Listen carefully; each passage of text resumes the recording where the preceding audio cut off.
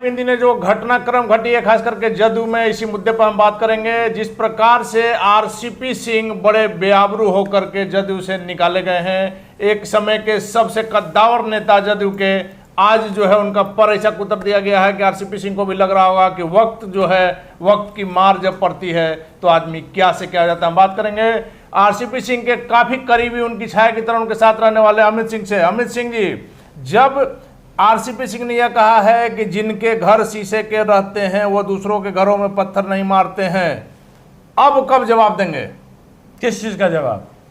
कौन सा जवाब चाहिए? इतनी बेइज्जती जदयू में हुई, किस प्रकार से, अगर आप पीछे जाएंगे तो ना उनको राज्यसभा के लिए एक्सटेंशन दिया गया, जिसके कारण बाध्य होकर उन्हें केंद्रीय मंत्रिमंडल से इस्तीफा देना पड़ा, और सबसे बड़ी बात है कि उस समय तक जब उन्होंने चुप्पी लगाए रखा, और अब भ्रष्टाचार के आरोप कि 9 साल के कार्यकाल में 58-60 करीब प्लॉट उन्होंने खरीदा। कोई बात नहीं, बहुत बहुत धन्यवाद अनिल भाई।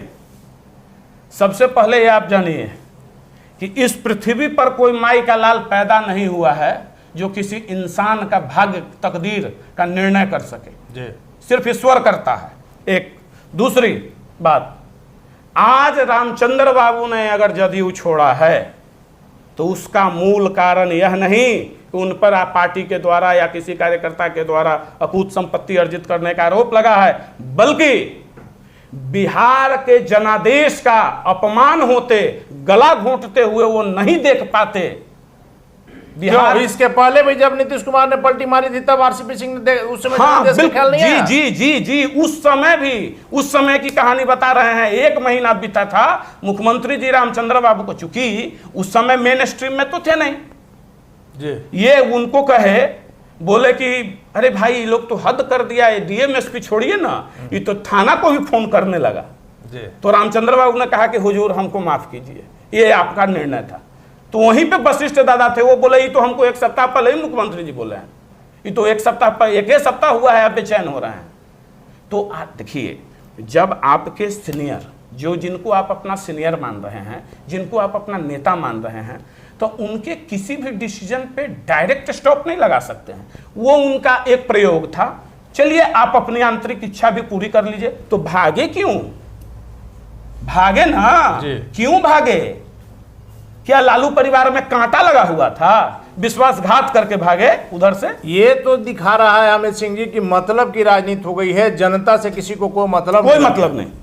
तो यही इसीलिए रामचंद्र बाबू ने इस्तीफा देकर, और भ्रष्टाचार के आरोप पे नहीं, इसीलिए बिहार की जनता के लिए क्या चाहिए उनको? 40 साल भारतीय सेवा में रहे हैं वो, उनकी 2 पुत्रियां, एक वकील एक आईपीएस जी, ठीक है, क्या चाहिए? अरे ये जो बोले ना कि डाह, ईर्ष्या, बैमनस, लेकिन अमित सिंह जी, आपने कहा कि क्या पूछ रहे हैं, वही हम पूछना चाह रहे हैं कि जब जदयू ने इतना बड़ा आरोप लगा दिया, अपने हमारे समझ से किसी पार्टी ने अपने राष्ट्रीय अध्यक्ष पर पहली बार इस तरह की कार्रवाई की है कि अपने अंदरूनी स्रोतों से जांच किया है और इस प्रकार का आरोप लगाया है, तो आरसीपी सिंह को भी तो बहुत सी बातें पता होंगी। आरसीपी सिंह भी तो जदयू में रह करके बीजेपी के एजेंट के तौर पर काम कर रहे थे। जदयू में रह के बीजेपी के एजेंट के तौर पर नहीं काम कर रहे थे, ये उन लोगों का कहना था जी। जब कुछ नहीं बना, जब उन लोगों से कुछ नहीं बना, और हकीकत में जानते हैं ना, आप भी अनिल भाई काम कर रहे हैं, आपके काम करने का मकसद क्या है? लास्ट गोल तो है ना कि बाल बच्चा हमारा अच्छे से शिफ्ट कर जाए, वो पिता सुखी है। ये जितने महारथी हैं, वो तो आरसीपी सिंह जी से जलन होना है ना भाई। 2 पुत्रियां, दोनों अपने अपने फील्ड की महारत, एक सुप्रीम कोर्ट की लॉयर और एक आईपीएस जी।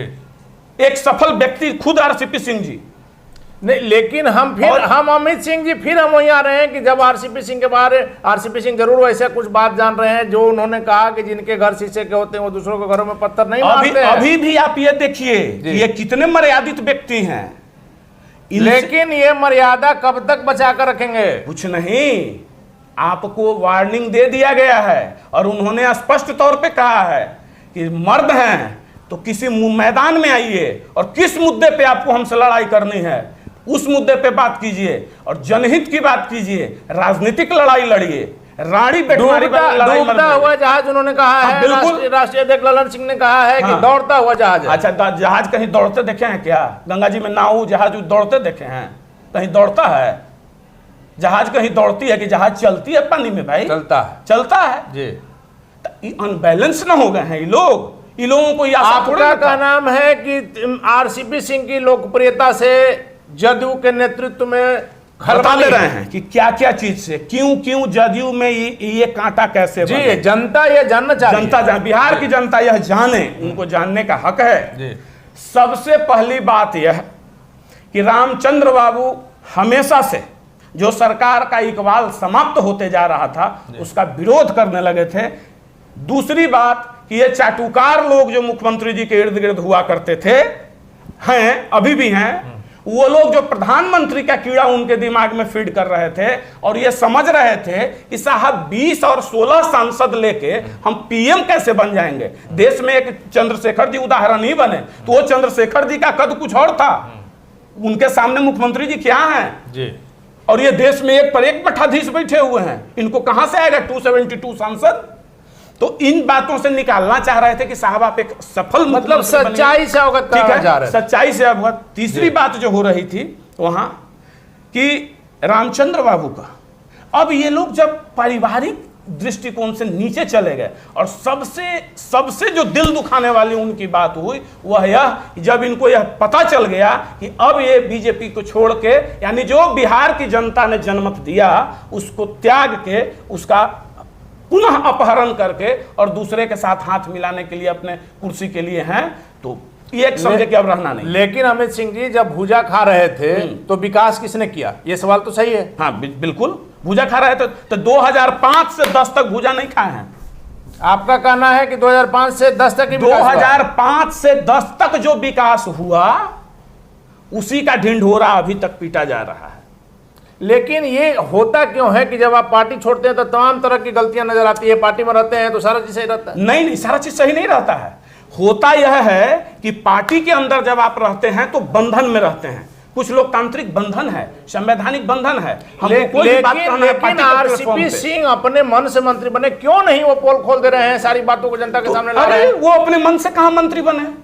वो तो स्पष्ट साफ ललन सिंह ने आरोप लगाया है कि अपने मन से बने। पिछली बार भी हम लोग का था कि जदयू का कोई मंत्रिमंडल में नहीं जाएगा, लेकिन आरसीपी सिंह अपने मन से गए। आरसीपी सिंह सही बात को जनता के सामने क्यों नहीं ला रहे? हाँ, बहुत अच्छा प्रश्न किए हैं। आरसीपी सिंह साहब ने कल विभिन्न इंटरव्यू चैनलों को यह बताया है और आज मैं आपके चैनल के भी माध्यम से बता दूं कि ये नहीं कि मुख्यमंत्री जी के मन के बिना बने हैं।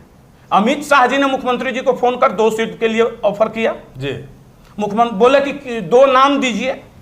मुख्यमंत्री जी बोलते हैं कि हम दिल्ली आकर बता देंगे। ललन बाबू दौड़े भागे इनके पास आते हैं कि जाइए साहब से भाई बात कीजिए जी।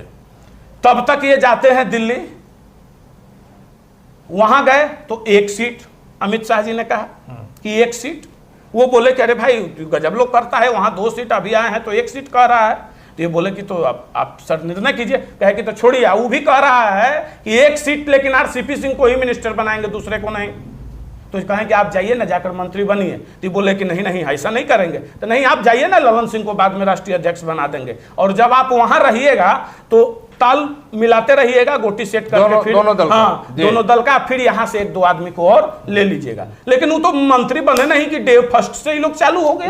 लेकिन ललन सिंह ने तो साफ तौर पर कहा है कि मुख्यमंत्री को समय रहते इनके षड्यंत्र का पता चल गया। किनका? क्या बात किया है आपने। मतलब मुख्यमंत्री जी को उनके मंत्रिमंडल के साथ ही जब ट्रांसफर पोस्टिंग में हेरा फेरी का आरोप लगता है तो वो 24 घंटे में पता चल जाता है। और आरसीपी सिंह 10 वर्षों तक, 2010 से लेकर 22 तक 12 वर्षों तक अकूत संपत्ति अर्जित कर रहे थे, तो 10 वर्ष में मुख्यमंत्री जी को कुछ नहीं पता चला। ये नहीं भाई, जैसे ही मनमुटाव हुआ सारी बातें सामने आ गई। अरे भाई ये नीचता की हद है।